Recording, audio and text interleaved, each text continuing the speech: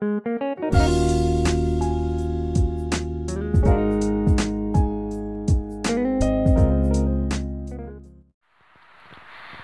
malam Papa, juga anak-anak yang terkasih dalam Tuhan. Selamat malam. Pada malam hari ini kita akan bersama-sama membangun ibadah persiapan perjamuan kudus pembangunan atau PPK 1. Karena masih dalam situasi pandemi COVID-19 yang sudah kita rasakan selama 4 bulan terakhir ini, kita tidak bisa beribadah dengan saudara-saudara kita. Jadi kita melakukan ibadah di rumah kita sendiri bersama dengan keluarga. Dalam situasi yang serba terbatas saat ini, marilah kita tetap bersyukur karena berkat kemurahan Tuhan atas kita sehingga kita tidak masih boleh merasakan tuntunan Tuhan dalam menjalani aktivitas di saat pandemi ini dengan penuh sukacita. Mari anak-anak juga Papa, kita akan menyiapkan hati dan pikiran kita untuk masuk dalam ibadah.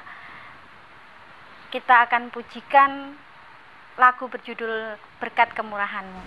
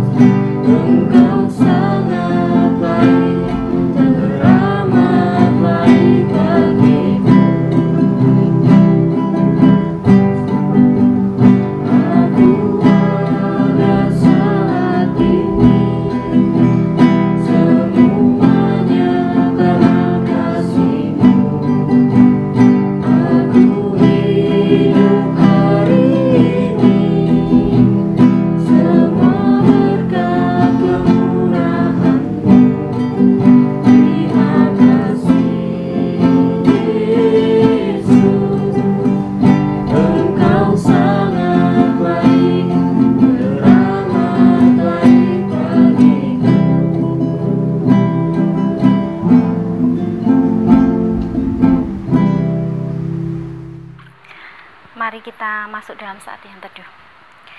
Ibadah pada malam hari ini kami lakukan dalam nama Allah Bapa, Putra, dan Roh Kudus. Amin. Anak-anak dan juga Papa, pernyataan Tuhan dalam kehidupan kita saat ini sungguh luar biasa.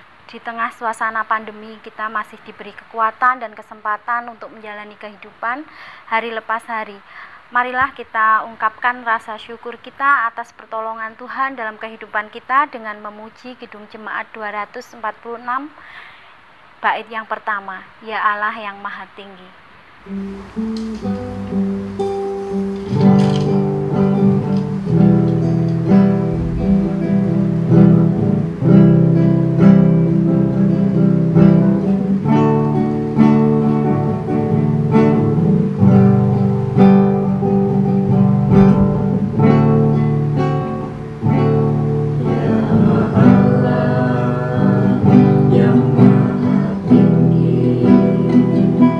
Kau pencipta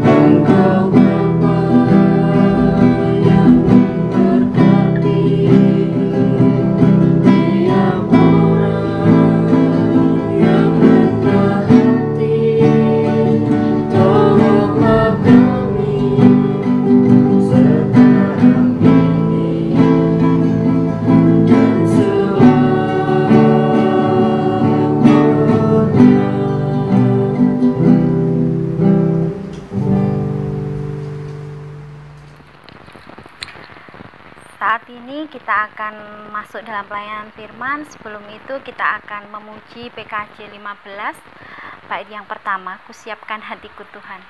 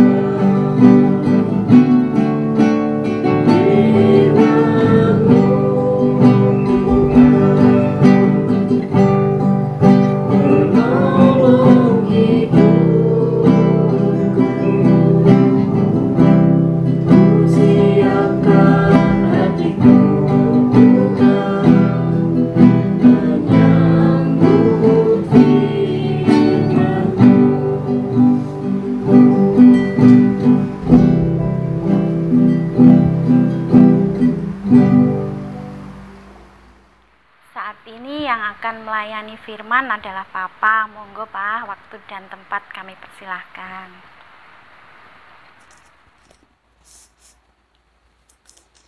Selamat malam Mama, anak-anakku yang terkasih dalam Tuhan Yesus. Malam hari ini kita akan beribadah bersama. Kita akan mempersiapkan perjamuan kudus pembangunan atau PPK yang pertama. Kita akan membaca dan merenungkan firman Tuhan yang terambil dari Injil Matius 12 ayat 9 sampai dengan 15. Tapi sebelumnya marilah kita bersama-sama untuk berdoa. Mari kita berdoa.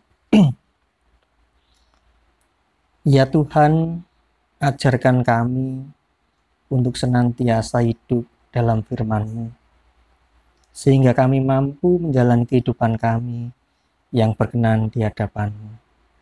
Dalam nama Kristus Yesus kami berdoa. Amin. Saya minta Mas Arlen untuk membacakan Injil Matius 12 ayat 9 sampai dengan 15. Matius 12 ayat 9 sampai 15. Setelah pergi dari sana, Yesus masuk ke rumah ibadat mereka. Di situ ada seorang yang mati sebelah tangannya. Mereka bertanya kepadanya, "Bolehkah menyembuhkan orang pada Sabat?" Maksud mereka ialah supaya dapat mempersalahkan dia. Tetapi Yesus berkata kepada mereka, "Jika seorang dari antara kamu mempunyai seekor domba, dan domba itu terjatuh ke dalam lubang pada hari Sabat, tidakkah ia akan menangkapnya dan mengeluarkannya? Bukankah manusia jauh lebih berharga daripada domba? Karena itu boleh berbuat baik pada hari Sabat." Lalu kata Yesus kepada orang itu, "Ulurkanlah tanganmu." Dan ia mengulurkannya. Maka pulihlah tangannya itu dan menjadi sehat seperti tangan yang lain. Lalu keluarlah orang-orang Farisi itu dan bersekongkol untuk membunuh dia. Tetapi Yesus mengetahui maksud mereka lalu menyingkir dari sana. Berbahagialah kita semua yang membaca, mendengarkan firman Tuhan, terlebih yang melaksanakan dalam kehidupan kita sehari-hari. Ayat nas kita dalam bacaan ini kita ambil dari ayat yang ke-13. Akan saya bacakan untuk kita semua. Lalu kata Yesus kepada orang itu, ulurkanlah tanganmu. Dan ia mengulurkan tangannya. Maka pulihlah tangannya itu dan menjadi sehat seperti tangannya yang lain. Renungan kita pada malam hari ini beri judul ulurkanlah tanganmu. Ulurkanlah tanganmu. Jadi seringkali di dalam kehidupan kita ada suatu keinginan yang mungkin bukan merupakan suatu kebutuhan. Karena pada dasarnya keinginan dan kebutuhan itu berbeda. Ya, keinginan ingin beli mainan. Kebutuhannya kebutuhan sekolah. Mungkin beli alat-alat perlengkapan sekolah, beli sepatu sekolah. Sehingga ketika kita mempunyai keinginan, harus kita mempunyai satu prioritas. Jadi kita prioritaskan apa yang menjadi kebutuhan atau keinginan. Kebutuhan. Jadi apa yang menjadi kebutuhan kita, itulah yang kita dulukan. Perikop yang kita baca, tadi dibaca oleh Mas Arlen, itu menceritakan tentang seorang yang lumpuh tangannya, salah satu tangannya, kemudian meminta kesembuhan kepada Tuhan Yesus. Jadi kalau pada saat itu, kondisi saat itu, karena dalam pelayanan Tuhan Yesus yang tidak berada dalam satu tempat secara terus-menerus, mungkin orang ini berpikir bahwa inilah saatnya dia mendapatkan kesembuhan, karena belum tentu juga hari-hari yang lain dia bisa bertemu dengan Tuhan Yesus. Oleh karena itu, walaupun pada hari Sabat, orang itu masih mencari Tuhan Yesus. Karena orang ini berpikir bahwa mungkin hanya hari ini saja saya bertemu dengan Tuhan Yesus. Sehingga itu merupakan prioritasnya yang utama. Bagaimana saya mendapat kesembuhan dengan saya menghampiri Tuhan Yesus. Tetapi di lain sisi, orang-orang Farisi pada saat itu justru ingin melakukan kejahatan kepada Tuhan Yesus. Orang-orang Farisi mengatakan tadi apa? Bolehkah menyembuhkan orang pada hari Sabat? Karena ada aturan dalam hukum Taurat yang seperti itu. Sebetulnya maksud orang Farisi ini apa sesungguhnya? Hanya ingin hanya ingin mencelakai Tuhan Yesus, ya, bukan bukan untuk menegakkan hukum Taurat, tapi untuk mencelakai Tuhan Yesus. Nah, disinilah kemudian Tuhan Yesus yang dalam bacaan itu, dalam bacaan kita pada hari ini, Tuhan Yesus mengatakan, ulurkanlah tanganmu. Kemudian si orang yang lumpuh tangan sebelahnya ini mengulurkan tangannya dan disembuhkan. Nah, inilah Tuhan Yesus mengajarkan kepada kita, ya, ada satu prioritas. Bahkan di dalam ayat sebelumnya dikatakan, misalnya kamu punya binatang, kamu mempunyai domba, ya, yang jatuh di dalam lubang pada hari Sabat, tidakkah kamu menolong? Sedangkan manusia jauh lebih berharga daripada domba. Sehingga prioritas utama, ya, dalam sisi kemanusiaan, pelayanan kemanusiaan ini adalah prioritas yang utama. Karena orang-orang Farisi sebetulnya bukan ingin menegakkan hukum Taurat, tetapi mencari-cari, ya, celah-celah kesalahan dengan menggunakan hukum Taurat sebagai alasannya. Sehingga ada 3 hal yang kita bisa pelajari anak-anakku dan istriku pada hari ini. Yang pertama adalah adanya semangat ya dari orang yang lumpuh tadi. Ya, bisa dibayangkan orang yang lumpuh tadi ketika dia mendengar ada Tuhan Yesus di sana, dia segera datang, ada semangat ya. Jadi ketika orang sakit itu ada semangat, disitulah ya ada satu kesembuhan, semangat ya, ada semangat. Jadi orang tadi semangat untuk datang walaupun dia tahu kemungkinan kecil Tuhan Yesus mau menyembuhkan karena dia tahu pada hari itu hari Sabat, tapi dia mempunyai semangat ya. Yang kedua adalah adanya kerendahan hati, yaitu dengan mengulurkan tangannya kepada Tuhan, memohon kepada Tuhan untuk memberikan kesembuhan.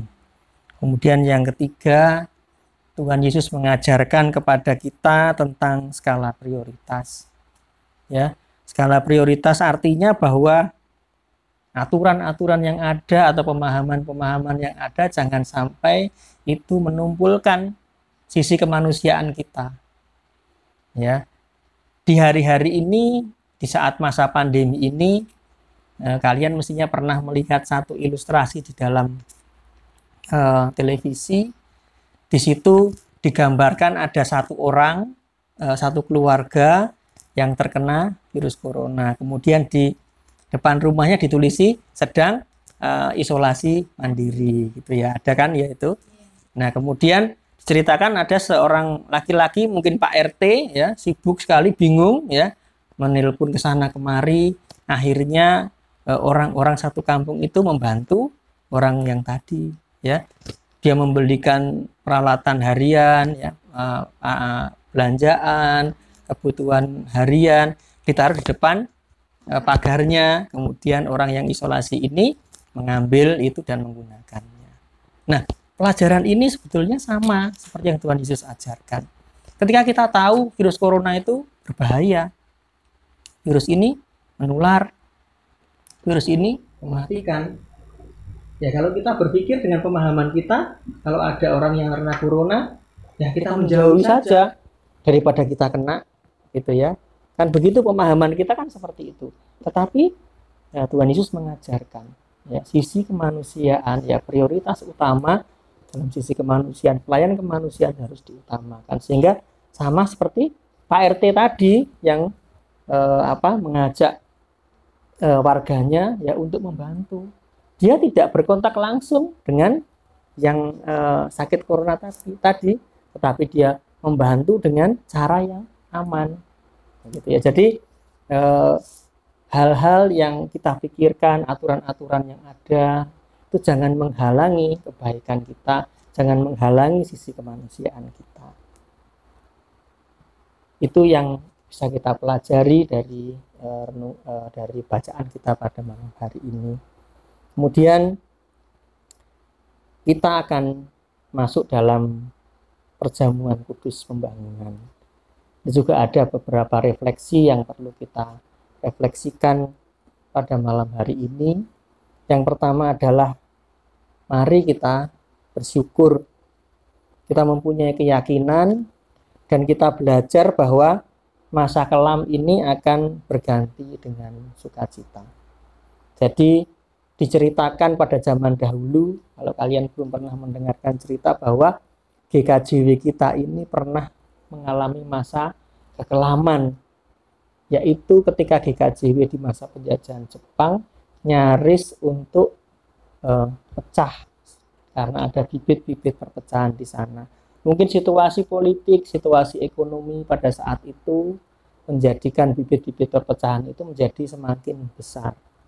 Tetapi ketika kita melihat saat ini, kita melihat GKJW kita sungguh luar biasa. Pelayanan GKJW di Jawa Timur berkembang dengan luar biasa. Kita bisa melihat gereja kita tegak berdiri sampai dengan saat ini, jauh dari perpecahan. Itu karena pada saat itu pendahulu-pendahulu kita sadar ya, dengan semangat dia mau mengulurkan tangannya kepada Tuhan untuk meminta pertolongan. Dan kita bisa melihat bahwa saat ini GKJW tetap tegak berdiri. Itu bisa kita jadikan pembelajaran bahwa masa-masa yang suram itu akan menjadi masa-masa sukacita. Demikian juga dengan saat ini. Ketika kita menghadapi situasi yang sulit, kita menghadapi masa pandemi di mana kita tidak bisa lagi, kita mempunyai keterbatasan, sekolah semuanya online, ya, kemudian ibadah, kita masih belum bisa berkumpul dengan saudara-saudara kita yang lain, kita masih beribadah seperti ini di rumah kita masing-masing. Tetapi kita harus belajar bahwa masa-masa yang sulit ini akan berganti dengan masa-masa yang sukacita. Tentunya tantangan kita saat ini berbeda dengan tantangan GKJW ketika dalam masa-masa kegelapan. Ya, tantangan kita adalah tantangan kesulitan di mana kita menghadapi masa pandemi.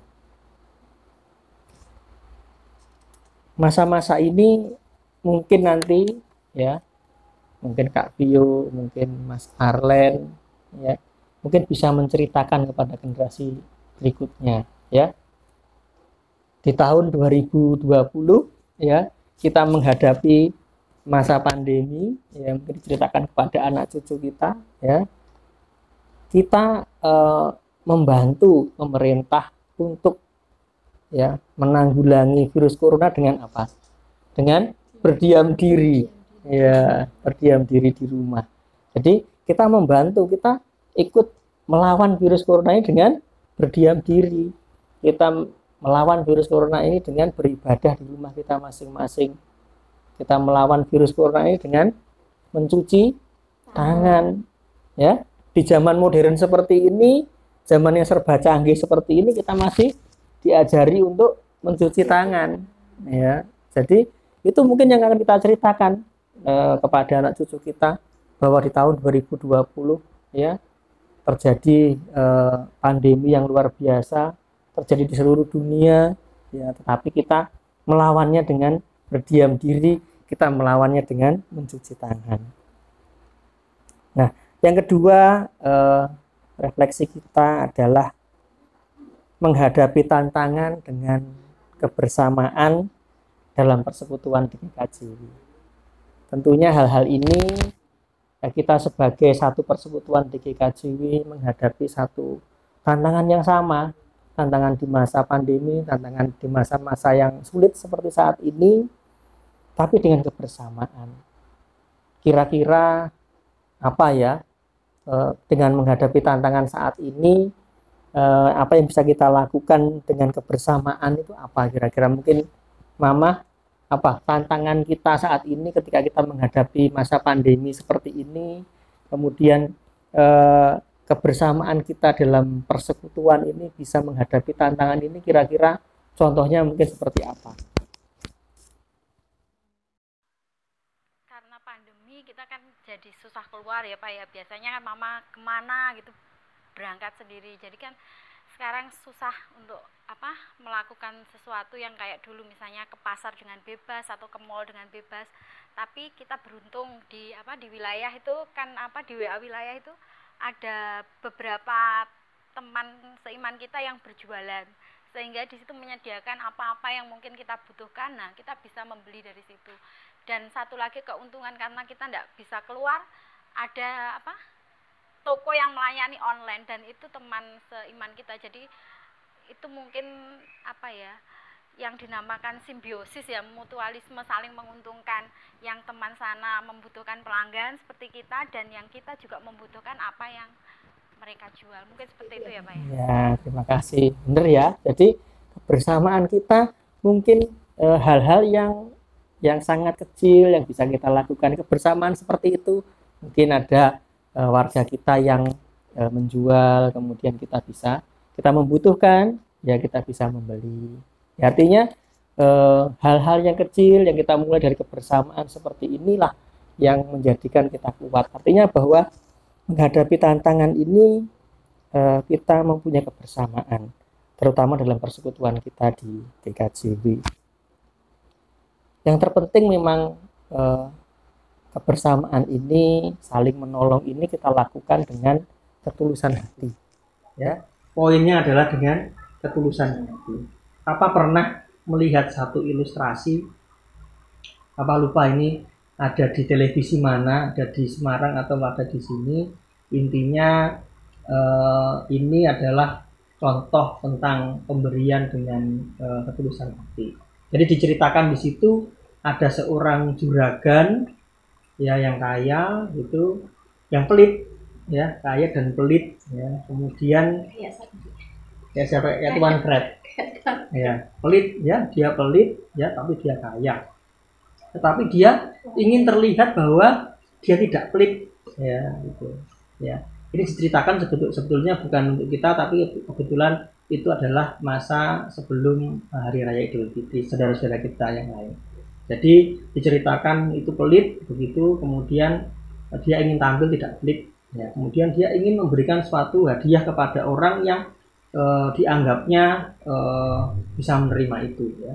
Dan dia mencari-cari di rumahnya, kok barangnya bagus-bagus, bajunya bagus-bagus. Akhirnya dia nemu sarung yang bolong ya, sarung tapi yang sudah bolong ya, sarung bolong. Kemudian sarungnya masih bagus, warnanya bagus. Kemudian dibungkus nyala sarung itu ya, dimasukkan ke dalam tempatnya. Kemudian dia ganti pakaian, dia keluar. Kemudian dia ketemu kepada seorang yang ini cocok, ini saya kasihkan gitu. Yang dikasihkanlah kepada orang itu, Cak, ini Cak, pakai sarung, bilang gitu. Kemudian orang ini, karena memang orang ini juga membutuhkan, dia melihat, masih bagus sarungnya gitu ya. Dengan sukacita dia menerimanya. Padahal sarungnya sarung bolong ya. Kan dia nggak tahu, taunya kan dia sarung baru kan, bagus ada wadahnya. Dia pulang ya. Kemudian dengan sukacita dia ingin segera membuka sarung itu ya. Sampai di tengah jalan dia ketemu dengan seorang tua. Dia kasihan sekali karena orang tua ini pakaian sudah lusuh, begitu dia terlihat ya mungkin lebih membutuhkan sarung itu. Kemudian karena belas kasihannya, kemudian dia panggil, Mbah, iki Mbah, wonten sarung ya, dengan kemauan gitu ya. Mbah, ini Mbah ada sarung, dipakai saja. Sarungnya anyar le, matur nuwun ya le, ya begitu. Jadi orang ini ya dia mau berkorban karena dia masih melihat ada orang lain yang membutuhkan. Kemudian simbahin dengan senangnya dia pulang ke rumah, wah sarung baru ya, bisa untuk di rumah ya, bisa untuk ganti sarung yang lama gitu. Kemudian dengan sukacita dia pulang ke rumah, sampai di rumah dibukalah sarung itu. Kemudian dia melihat, ada cucu saya gitu ya, dia melihat ada cucunya ya, ada cucunya. Saya ini sudah lama dipelihara cucu saya, tapi kok saya tidak pernah memberikan hadiah pada cucu saya. Akhirnya dimasukkan lagi sarungnya, jadi dibuka ya, dimasukkan lagi, dipanggilnya cucunya gitu ya, le sini le gitu ya, nyo pakai sarung. Mbah, sarungnya enggak loh Mbah. Gak apa-apa, sarung baru buat kamu aja, kamu kan yang masih muda, sarungnya bagus-bagus gak apa-apa, si Mbah pakai yang jelek gitu ya. Kemudian diterimalah sarung itu, dan dengan sukacita dia masuk kamar ya, mau dibuka. Kemudian si anak ini kemudian berpikir, wah saya ini sebetulnya ingin memberikan sesuatu kepada seseorang, tapi saya belum mampu untuk memberikannya gitu. Ini sarung bagus, ini baru, kayaknya cocok saya berikan seseorang gitu ya. Kemudian besok paginya dia ke tempat seseorang ya, kemudian dia tok begitu ya, Pak, ini pemberian saya ada sarung gitu. Ini Pak diterima. Loh, dengarin le, awakmu le gitu. Kok di duit awakmu gitu. Orang itu bilang gitu. Ya wis, aku sibuk iki. Wis durne, wis wis yo, aku sibuk iki. Nah gitu. Kemudian ya pulanglah orang. Kemudian segera orang ini, karena dia melihat baru dan bagus ya, orang ini kemudian membuka sarung itu. Loh, kok sarung bolong, sarungku ternyata. Nah ini ternyata sarungnya kembali dengan sukses kepada pemiliknya ya. Jadi kita bisa melihat mana yang memberi dengan tulus, mana yang memberi dengan tidak tulus ya. Mungkin orang-orang yang tadi diberikan tadi, anak muda tadi memberikan kepada Simbah tadi memberikan yang cucunya kemudian memberikan, mungkin cucunya berpikir aku punya juragan seperti ini walaupun dia pelit tapi aku mau memberikan. Itu satu ketulusan, ya, memberi dengan ketulusan. Sedangkan sang juragan ini memberikan dengan motivasi yang lain, ya, motivasinya ingin dianggap tidak pelit. Nah, oleh karena itu dalam kebersamaan kita, dalam kita menolong sesama kita harus didasari dengan ketulusan. Karena itu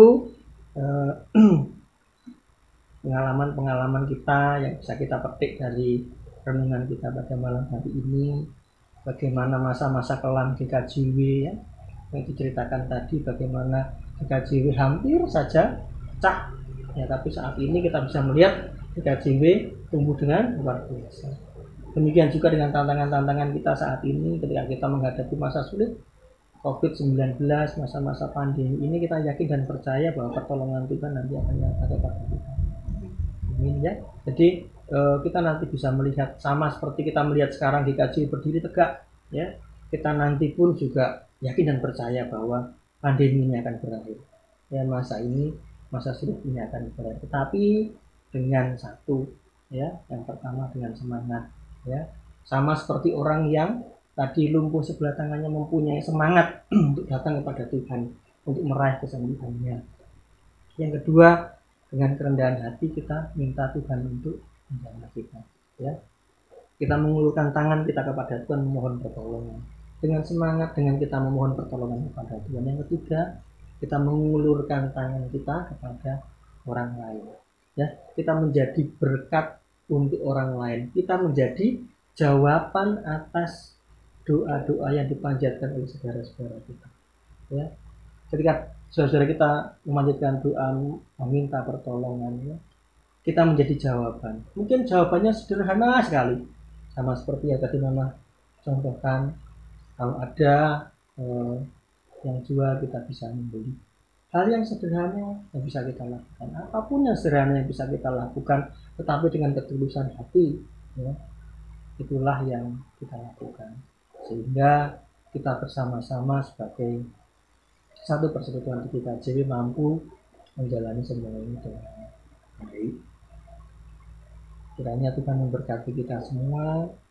Kita berdoa masa-masa ini akan segera berlalu daripada kita. Amin. Tuhan Yesus memberkati. Mari kita akan masuk ke dalam saat yang teduh. Mari kita masuk saat yang teduh. Ya Tuhan, mampukan kami untuk memiliki semangat dalam kami menghadapi tantangan di masa saat ini.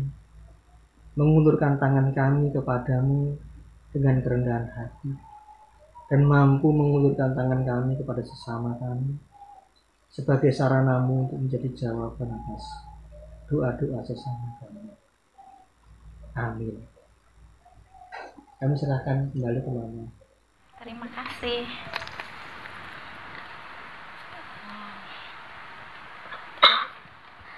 Mari kita sambut firman Tuhan dengan menaikkan pujian NKB 188, bait yang pertama, tiap langkahku.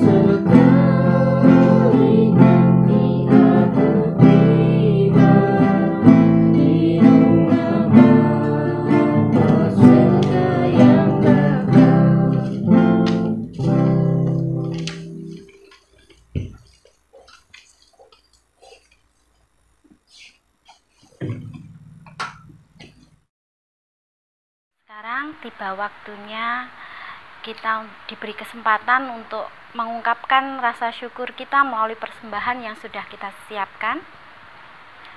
Kemudian firman yang mendasari persembahan kita terambil dari Amsal 11 ayat 24 dan 25.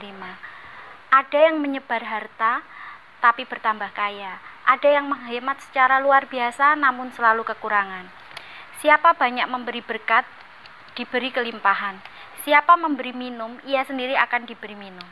Sambil Dik Kiano mengedarkan kantong persembahan, kita akan pujikan NKB 133, baitnya yang pertama dan yang ketiga. Syukur padamu ya Allah.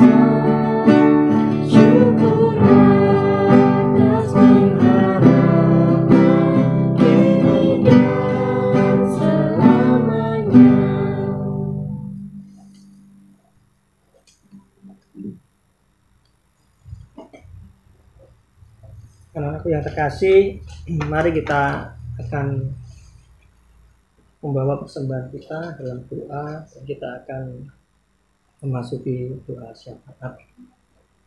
Mari kita berdoa. Ya Allah yang Maha Kasih, kami mengucap syukur untuk penyertaan Tuhan kepada kami hari lepas hari. Saat ini Tuhan, kami berdoa untuk saudara-saudara kami yang sedang menderita sakit, baik di rumah maupun di rumah sakit. Berikan Tuhan semangat kepada saudara-saudara kami dalam mengusahakan kesembuhan untuk sakit. Tuhan berkati sarana yang dipakai, obat-obatan, para medis, menjadi sarana kesembuhan yang berasal dari Tuhan. Demikian juga dengan keluarga yang merawat. Tuhan berikan kekuatan, kesabaran, sehingga cinta kasih keluarga semakin menguatkan saudara-saudara kami dalam mendapatkan kesembuhan. Kami juga membawa Tuhan pemerintah bangsa dan negara kami dari tingkat yang paling tinggi hingga yang paling rendah. Tuhan berikan hikmat supaya keputusan dan tindakan yang mereka ambil adalah untuk kebaikan bangsa dan negara kami.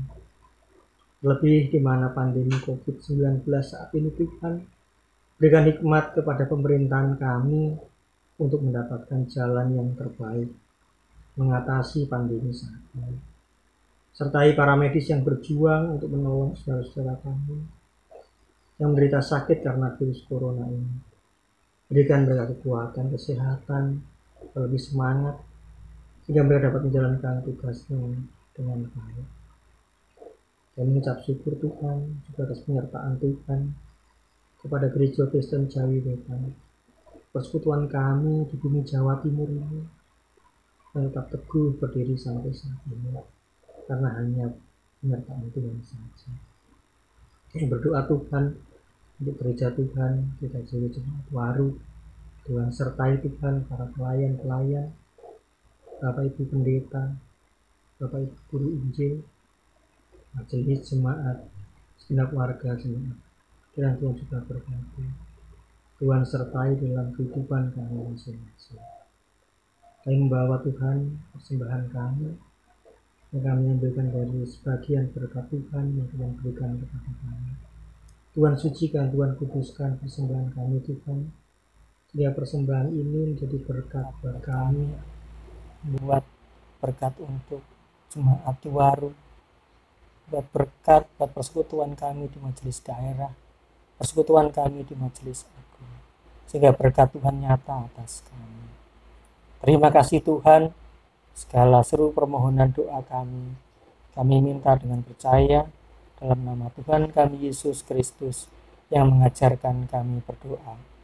Bapa kami yang ada di surga, dikuduskanlah namamu, datanglah kerajaanmu, jadilah kehendak-mu di bumi seperti di surga. Berikanlah kami pada hari ini makanan kami yang secukupnya, dan ampunilah kami akan kesalahan kami, seperti kami juga mengampuni orang yang bersalah kepada kami. Dan janganlah membawa kami dalam pencobaan, tapi lepaskanlah kami daripada yang jahat, karena Engkau-lah yang punya kerajaan dan kuasa dan kemuliaan sampai selama-lamanya. Amin.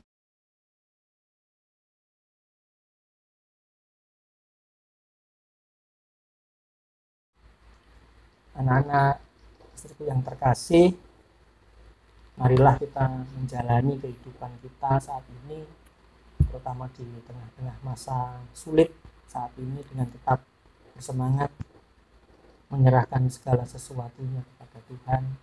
Terlebih kita mampu mengulurkan tangan kita kepada sesama kita dengan penuh ketulusan. Oleh karena itu, marilah kita mohon berkat. Berkat dan penyertaan dari Allah Bapa, Tuhan Yesus Kristus dan Roh Kudus ada pada kita dari sekarang sampai selama-lamanya. Amin. Mari kita tutup dan kita pujikan hitung pasamuan Kristen yang lama nomor 129 ayat yang pertama, Gusti nuntun lampah.